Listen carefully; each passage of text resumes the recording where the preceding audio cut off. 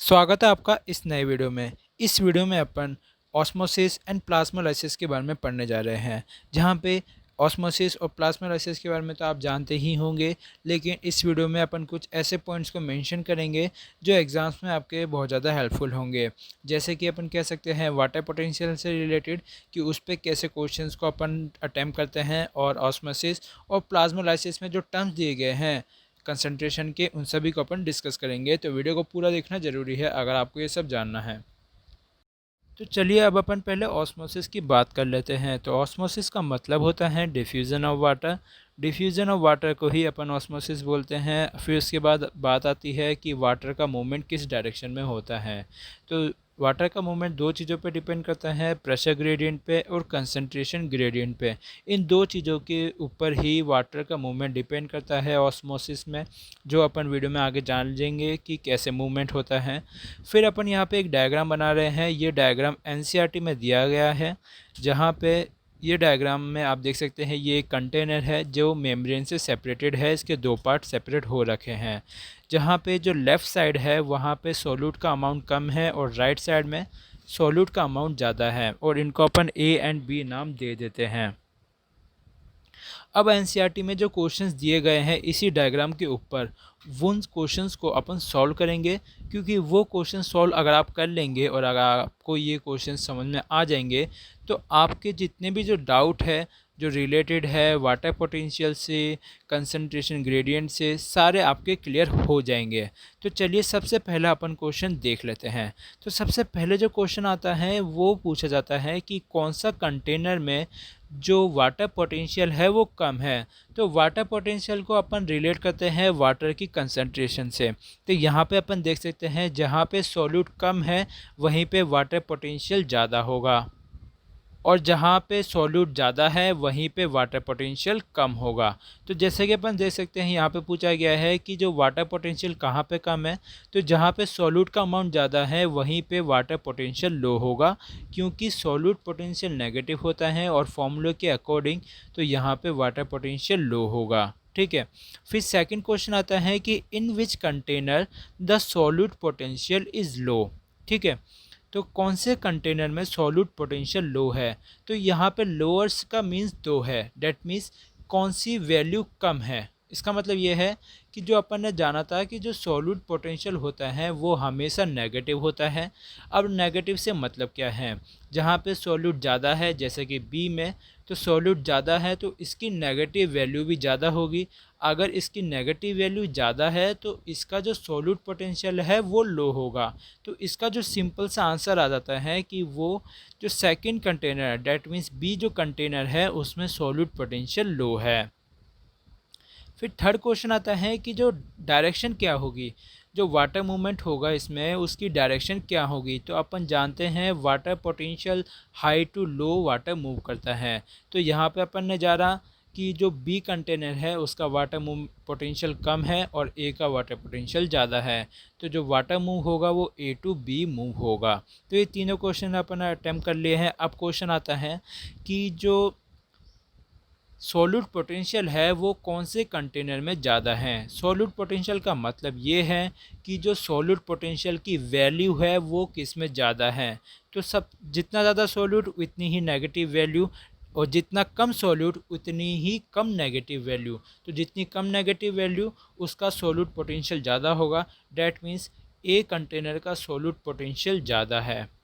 फिर question number fifth आता है, जहाँ पे आता है कि जब इक्विलिब्रियम आ जाएगा तो वाटर का मूवमेंट किस डायरेक्शन में होगा और सॉल्यूट पोटेंशियल कहाँ पे कितना होगा। तो जैसा कि अपन जानते हैं इक्विलिब्रियम जब ही आता है जब दोनों साइड में जो जितनी भी कंडीशंस है वो दोनों सेम हो, जिसके कारण जो नेट मूवमेंट है दोनों तरफ का वो एक दूसरे को कैंसिल आउट कर पाए, इसलिए इसको अपन इक्विलिब्रियम बोलते हैं। तो इक्विलिब्रियम पे दोनों का सॉल्यूट पोटेंशियल, दोनों का वाटर पोटेंशियल दोनों सेम होते हैं।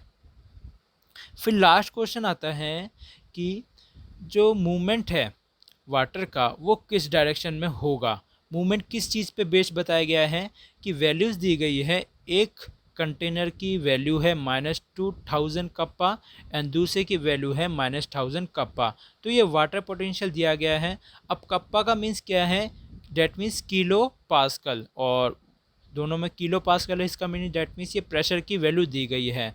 तो जैसे कि अपन ने जाना था high pressure to low pressure move करेगा, ठीक है। अब जो -1000 है वो -2000 से ज़्यादा होता है। तो ये सिंपल सा टर्म है जिसको अपन समझ सकते हैं कि जो कम माइनस होता है वो हमेशा ज़्यादा होता है, इसलिए जो वाटर मूवमेंट है वो लेफ़्ट टू राइट होगा, क्योंकि जो लेफ़्ट वाले का है उसका लोअर वाटर पोटेंशियल है, ठीक है। अब यहाँ पे अपन ने इसको लोअर वाटर पोटेंशियल और जो 1000 वैल्यू है उसको ए को ही क्यों दी है, एक कंटेनर को, क्योंकि यहाँ पे सॉल्यूट कम है तो यहाँ का वाटर पोटेंशियल भी ज़्यादा होगा, ठीक है। अब यहाँ इस सारे क्वेश्चन से आप समझ गए होंगे कि इन क्वेश्चंस को कैसे अटेम्प्ट करना है। मैं आपको फिर से कुछ पॉइंट्स बता देता हूँ जो आपको एग्ज़ाम्स में हेल्प करेंगे। जब भी पूछा जाता है कि वाटर पोटेंशियल कम है, डेट मीन्स उसकी वैल्यू अपन को नेगेटिव से लेके चलनी है, डेट मीन्स 0 से नीचे।